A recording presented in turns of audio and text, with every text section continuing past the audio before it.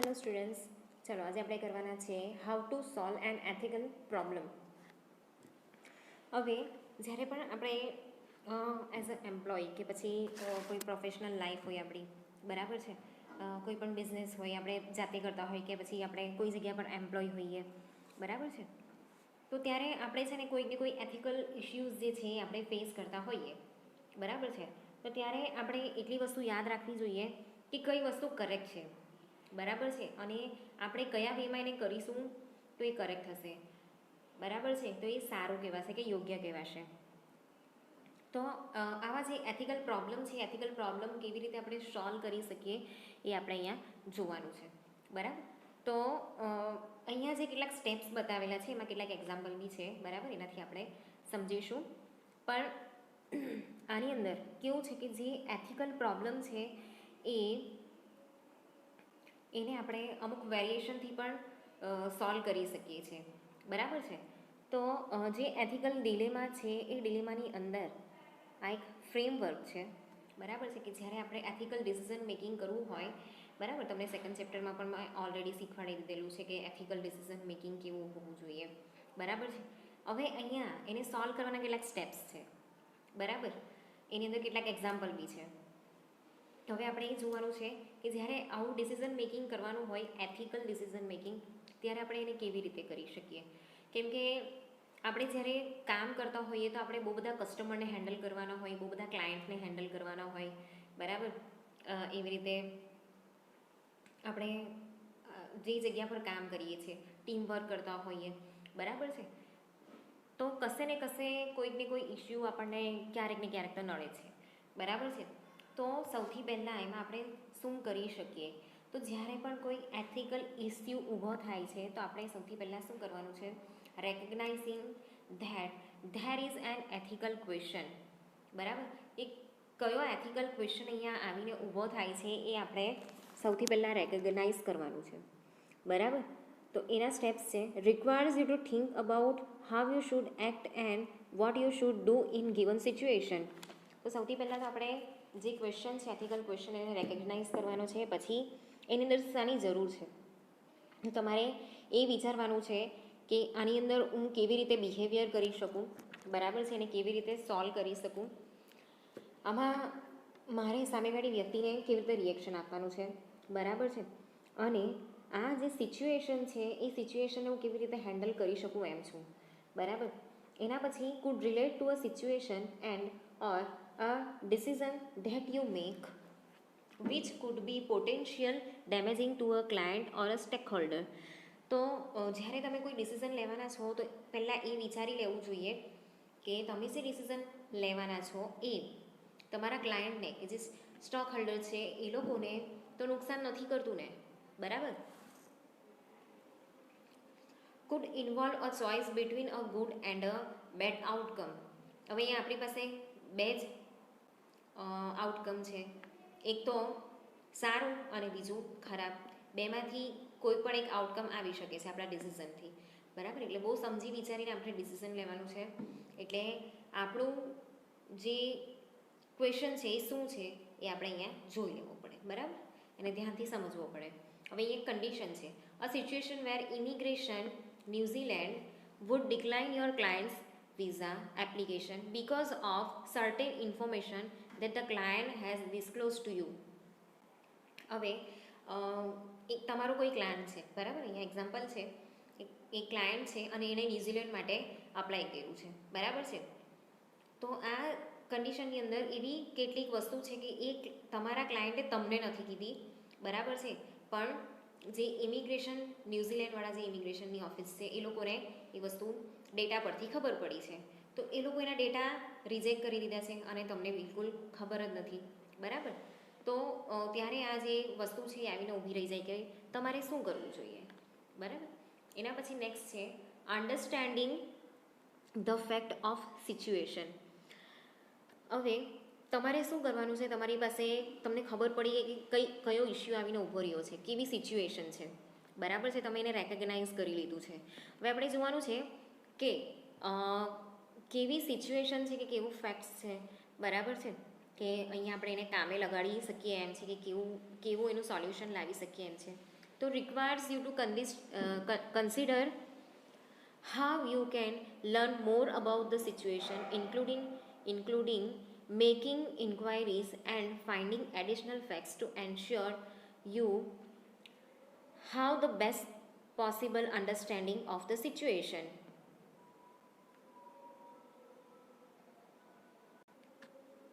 હવે અહીંયા છે ને આપણે એ વિચારવાનું છે કે આ જે કન્ડિશન છે, જે પણ સિચ્યુએશન ઊભી થયેલી છે, બરાબર છે, એમાંથી આપણે કઈ કઈ વસ્તુનું આપણને નોલેજ મળ્યું, બરાબર, કે એ કન્ડિશન કેમ ઊભી થઈ, ઓકે, આ સિચ્યુએશન છે કેમ ઊભી થઈ, આપણે એ સિચ્યુએશનની અંદર ઇન્ક્વાયરી કરીશું, એની અંદરથી છે ને બીજા એડિશનલ ફેક્ટ્સ જે છે કે ઇન્ફોર્મેશન છે એ કલેક્ટ કરવાની ટ્રાય કરીશું, જેનાથી આપણે ખબર પડે કે જે સિચ્યુએશન છે એક્ઝેક્ટલી કેમ ઊભી થઈ છે, કેવી રીતે ઊભી થઈ છે, ક્યાંથી એની શરૂઆત થઈ છે, બરાબર. તો સિચ્યુએશન છે એને આપણે સમજવા માટે બેસ્ટ પોસિબલ જે વેઝ છે, બરાબર છે, તો એ બધી ઇન્ફોર્મેશન આપણે કલેક્ટ કરવાનું કે ફાઇન્ડિંગ આઉટ કરવાનું આપણે ટ્રાય કરીશું, બરાબર. એના પછી છે next, understanding the options available to you. તો તમારી પાસે કેટલા કેટલા ઓપ્શન આ સિચ્યુએશનને રિલેટેડ અવેલેબલ છે એ જોઈ લેવું જોઈએ. તો એમાં પહેલું છે requires you to identify and understand each option available to you. તમારે છે ને બધા એ કન્ડિશનને રિલેટેડ તમારી પાસે કેટલા કેટલા ઓપ્શન અવેલેબલ છે એને આઈડેન્ટિફાઈ કરો, બરાબર.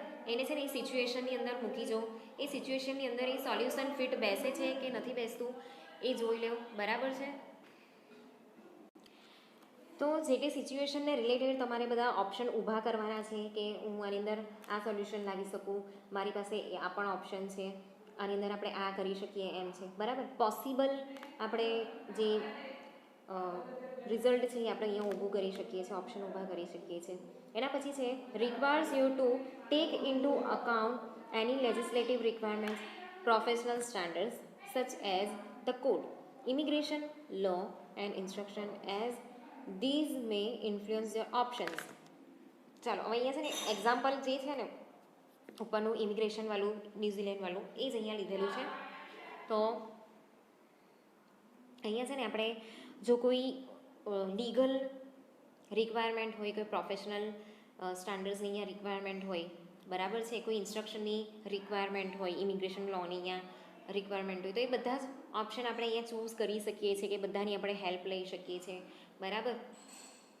તો અહીંયા છે ને આપણે ખાલી એક નેરો માઇન્ડેડ રહીને નથી વિચારવાનું, આપણે બ્રોડ માઇન્ડેડ થઈને અહીંયા વિચારવાનું છે કે મારી પાસેથી કઈ કઈ જગ્યા પરથી ઓપ્શન નીકળી શકે એમ છે, કયા કયા નિયમો લાગુ પાડીને આપણે અહીંયા સોલ્યુશન લાવી શકીએ છીએ, બરાબર.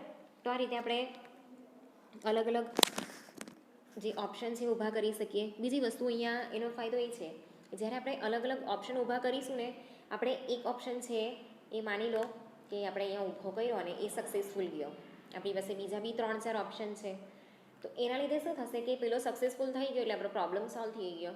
બીજી વાર જ્યારે આવી સિચ્યુએશન ઊભી થશે ને ત્યારે આપણે જે પેલા બીજા પણ જે ઓપ્શન વિચારેલા છે સોલ્યુશન, બરાબર છે, એને પણ આપણે અહીંયા કામે લગાડી શકીએ છીએ, કે બીજી વાર પણ એ કામ લાગી શકે, ઓકે. તો આ રીતના આપણે ઓપ્શન્સ જે છે, સોલ્યુશન જે છે એ આપણે ઊભા કરી શકીએ, બરાબર છે. એના પછી છે understanding the consequences of the options. હવે જ્યારે પણ તમે કોઈ પણ ઓપ્શન વિચારો છો, એનું સોલ્યુશન વિચારો છો, તો એનું પરિણામ શું આવશે એ આપણે વિચારી લેવાનું છે. કોન્સિક્વન્સીસ એટલે પરિણામો, બરાબર.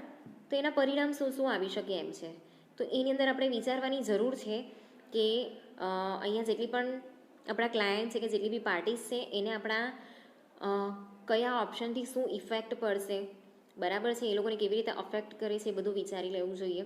Requires you to work out how different parties will be affected by each option.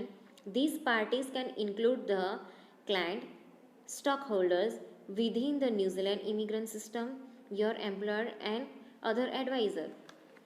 New Zealand વાળું જે અહીંયા એક્ઝામ્પલ છે ને એ જ અહીંયા કન્ટિન્યુ કરેલું છે, બરાબર છે. તો અહીંયા તમારે વિચારવાની જરૂર છે કે મારી પાસે ડિફરન્ટ પાર્ટીઝ જે છે એ છે, બરાબર છે. તો એમાંથી મારી પાસે જેટલા ઓપ્શન છે એ ઓપ્શનમાંથી કઈ પાર્ટીને કેવું ઇફેક્ટ થશે અહીંયા, બરાબર છે. કોઈ પણ ડિસિઝન લેવા તો જે પાર્ટીઝ છે કે જે ક્લાયન્ટ છે જે સ્ટોક હોલ્ડર્સ છે, બરાબર છે, એ લોકોને કેવી ઇફેક્ટ પડશે, બરાબર છે, કેવું રિઝલ્ટ એ લાવી શકે છે, બરાબર છે. એના માટે તમારે બીજા બધાની એડવાઇસ લેવી હોય તો એ પણ તમે લઈ શકો છો, બરાબર છે. એના પછી નેક્સ્ટ છે requires you to be aware that your overriding duty is always to act in lawful and legitimate interest in your client. બીજી વસ્તુ અહીં આપણે ધ્યાન રાખવાની છે કે આપણી જે ડ્યુટી છે, બરાબર છે, એ આપણે બરાબર કરીએ છીએ કે નથી કરતા એનાથી પણ આપણે અવેર હોવું બહુ જરૂરી છે, બરાબર છે. એ આપણે લોફુલી કરીએ છીએ કે નહીં, રૂલ્સ અને રેગ્યુલેશનમાં કરીએ છીએ કે નહીં, બરાબર છે, એ પણ અહીંયા બહુ જરૂરી છે, કેમ કે એ વસ્તુ ક્લાયન્ટ માટે પણ એટલું જ ઇમ્પોર્ટન્ટ છે, બરાબર છે, તો જ આપણા ક્લાયન્ટ પણ ટકી રહે. એના પછી નેક્સ્ટ છે requires you to ask yourself some searching questions. For example, if I am going to act in a way that is adverse to my client's interest in any way, am I justified in doing so? ચાલો હવે અહીંયા છે ને જ્યારે જ્યારે તમે solution શોધો છો ત્યારે ત્યારે તમારે તમારી જાતને પણ ક્વેશ્ચન કરવાના છે, બરાબર છે. તો એમાં કેવા કેવા ક્વેશ્ચન આવી શકે, તો if I am going to act in a way that is adverse to my clients interest in any way. હવે અહીંયા એવું વિચારવાનું છે કે ભાઈ હું જે પણ ડિસિઝન લેવા એ મારા ક્લાયન્ટ માટે યોગ્ય છે કે નથી યોગ્ય, હું એ લોકોને જસ્ટિફાઈ કરી શકું છું કે નથી કરી શકતો, બરાબર છે, હું જસ્ટિસ કરું છું એ લોકો સાથે કે અન્યાય કરું છું, એ બધી વસ્તુ અહીંયા આપણે વિચારી શકીએ છીએ, બરાબર છે. આ ટાઈપનો એક ક્વેશ્ચન આપણે કરી શકીએ. Which option will produce the most good for many clients even if it will upset another person or cause me discomfort or loss. હવે અહીંયા બીજો એક ક્વેશ્ચન છે, બરાબર, કે which option will produce the most good for my client, એ મારા client માટે કયું ઓપ્શન સૌથી વધારે સારું છે, બરાબર છે, even if it will upset another person, એ જે વસ્તુ છે પછી બીજા પર્સનને અપસેટ કરશે કે નહીં કરશે, કે પછી ડિસ્કમ્ફર્ટ થશે, બરાબર છે, કે પછી મને લોસ થશે, એવું થઈ શકશે કે હું મારા ક્લાયન્ટને સૌથી બેસ્ટ આપું પણ એનાથી બીજા પર્સનને નુકસાન થશે, મને ડિસ્કમ્ફર્ટેબલ કે લોસ થશે, બરાબર. આ એક અનધર એક્ઝામ્પલ છે ક્વેશ્ચનનું. અહીંયા બીજું એક્ઝામ્પલ જોઈએ ક્વેશ્ચનનું. Will this require me to act in a way that will harm someone else or go against my personal beliefs or ethics. તો મારે એ વેમાં વિચારવું જોઈએ કે એ વેમાં ડિસિઝન લેવું જોઈએ કે જે બીજાને હાર્મફુલ હોય, બરાબર છે, કે મારા જે પર્સનલ બિલીફ છે કે પર્સનલ એથિક્સ છે એના અગેન્સ્ટમાં જાય છે, બરાબર, એ પણ વિચારી લેવું જોઈએ. આ તો બહુ મેઇન ક્વેશ્ચન છે, ઓકે, કેમ કે આપણે આપણા એથિક્સની બહાર જતા હોઈએ ને કે એને તોડતા હોઈએ, બરાબર, કે એની વિરુદ્ધમાં જતા હોઈએ ને ત્યારે આપણે અંદરથી બહુ ખરાબ લાગણી આવે, okay. Is there a way to act that will not damage my clients interest but will reduce or prevent harm to another person or institution, કે હું જે વેમાં એક્ટ કરીશ કે જે ડિસિઝન લઈશ, બરાબર છે, એ બીજા ક્લાયન્ટના ઇન્ટરેસ્ટને કે એ લોકોને ડેમેજ કરે છે, બરાબર છે, કે બીજા પર્સનને એ હાર્મફુલ રહે છે કે પછી રિડ્યુસ કરે છે, કે એનું જે નુકસાન થવાનું છે વધી જવાનું છે, બરાબર છે, કે મારા ઇન્સ્ટિટ્યુશનને જે જગ્યા પર કામ કરું છું એને હાર્મફુલ થશે કે નહીં, પર્સનને બીજા બધા પર્સનને હાર્મફુલ થશે કે નહીં, બરાબર છે, એવો એક ક્વેશ્ચન આપણે પૂછી લેવો જોઈએ. એના પછી નેક્સ્ટ છે is there a way to act that will damage my clients interest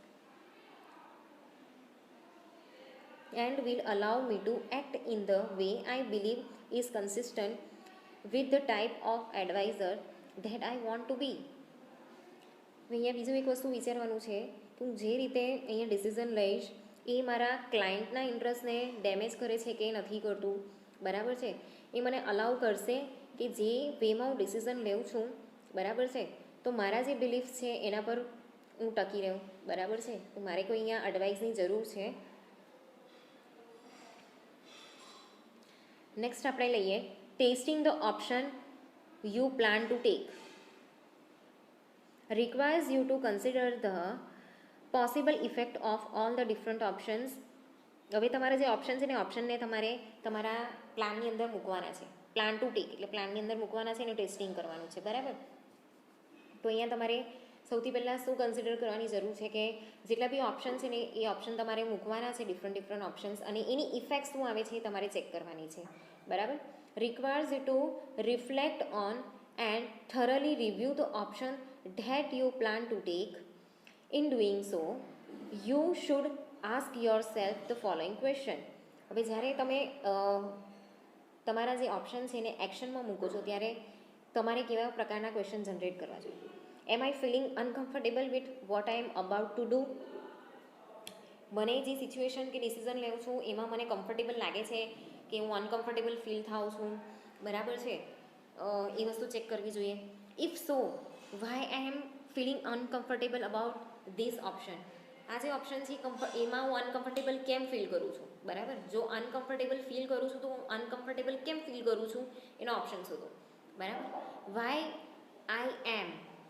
M I making this decision. મેં આ ડિસિઝન કેમ લીધો એ વિચારો. Would I be happy if this was done to me. શું ખરેખર ખુશ રહીશ જો આ મારી સાથે થાય તો. Would I be happy explaining this to different parties within the New Zealand immigration system and explaining why I did what I am planning to do. હું ખરેખર ખુશ થઈશ કે જ્યારે હું ડિફરન્ટ પાર્ટીઝને આ જે વસ્તુ છે એના વિશે સમજાવીશ, બરાબર છે, કે મારો પ્લાનિંગ શું છે. ઓકે, તો આ ટાઈપના ક્વેશ્ચન તમે પૂછી શકો જેનાથી તમને પણ ખ્યાલ આવે કે જે ઓપ્શન જે છે કયો વધારે સારો છે. Explaining the option you have decided on those affected and to other interest party. હવે તમે જે ડિસિઝન લીધું છે, તમારી પાસે જે ઓપ્શન છે, બરાબર છે, એ બીજા પર કેવી અસર કરે છે, બરાબર છે, એ આપણે જોઈએ. તો requires you to act in a way what your client or another party may not like or may find difficult to understand. હવે તમે જે ડિસિઝન લીધું છે એ તમારા જે ક્લાયન્ટ છે કે બીજી પાર્ટી છે એને કદાચ એ અન્ડરસ્ટેન્ડ કરવામાં ડિફિકલ્ટી પડી શકે, બરાબર છે. Requires you to be able to justify your actions in a logical and straightforward manner. હવે અહીંયા કેવું છે કે કોઈ બી સિચ્યુએશન છે એમાં તમે જે પણ એક્શન લીધી એને જસ્ટિફાઈ કરવું બહુ જરૂરી છે. તો એને લોજિકલ અને સ્ટ્રેટ ફોરવર્ડ મેનરમાં કરો, બરાબર છે. તમે એ જે એક્શન છે એને એક્સપ્લેન નહીં કરી શકતા હો, બરાબર છે, તો કયા બેઝિસ પર તમે એને એક્શનમાં મૂકી શકો, બરાબર છે. એટલે એ બધી વસ્તુ પણ અહીંયા વિચારી લેવું જોઈએ. નેક્સ્ટ આપણે લઈએ એક્ટિંગ ઓન ધ ચૂઝન ઓપ્શન. હવે આપણે ડિસિઝન લઈ લીધું છે, હવે એને આપણે શું કરવાનું છે, એક્શનમાં લાવવાનું છે. તો requires you two consider how you will go about implementing your decision. તો તમારે એનું જે ડિસિઝન છે એનું ઇમ્પ્લિમેન્ટેશન કેવી રીતે કરવાનું છે, બરાબર છે. Requires you to actually carry through with the action you decided to take. યા બીજી વસ્તુ એ વિચારવાની છે કે જ્યારે આપણે આ જે એક્શન છે કે ભાઈ આ ડિસિઝન લેવાના છે, બરાબર છે, તો એ ડિસિઝન લેવા તો એ કેવી રીતે રિએક્ટ કરશે, કેવી રીતે આખું કેરી થશે બીજા પર બી, બરાબર, એ પણ અહીંયા વિચારવાનું છે. Reflecting on the outcome. તો requires you to assess how your decision turned out and what you learned from this specific situation to objectively evaluate what has happened and whether the option you took worked. હવે અહીંયા તમારે એ વિચારવાનું છે કે મેં જે decision લીધું છે એ ડિસિઝનનું શું આઉટકમ આવ્યું છે, બરાબર છે. મેં અહીંયાથી આ સિચ્યુએશનમાંથી એક જે સ્પેસિફિક સિચ્યુએશન છે એમાંથી મેં શું શીખો કે શું શીખી, બરાબર છે, એને તમારે ઇવેલ્યુએટ કરવાનું છે, જેથી આપણે બીજી વાર કયા ઓપ્શન વધારે સારા છે, કેવી રીતે ચૂઝ કરવાના છે એ આપણને ખબર પડે. તો આમ તમે એક જે એથિકલ પ્રોબ્લેમ છે એને તમે સોલ્વ કરી શકો, બરાબર.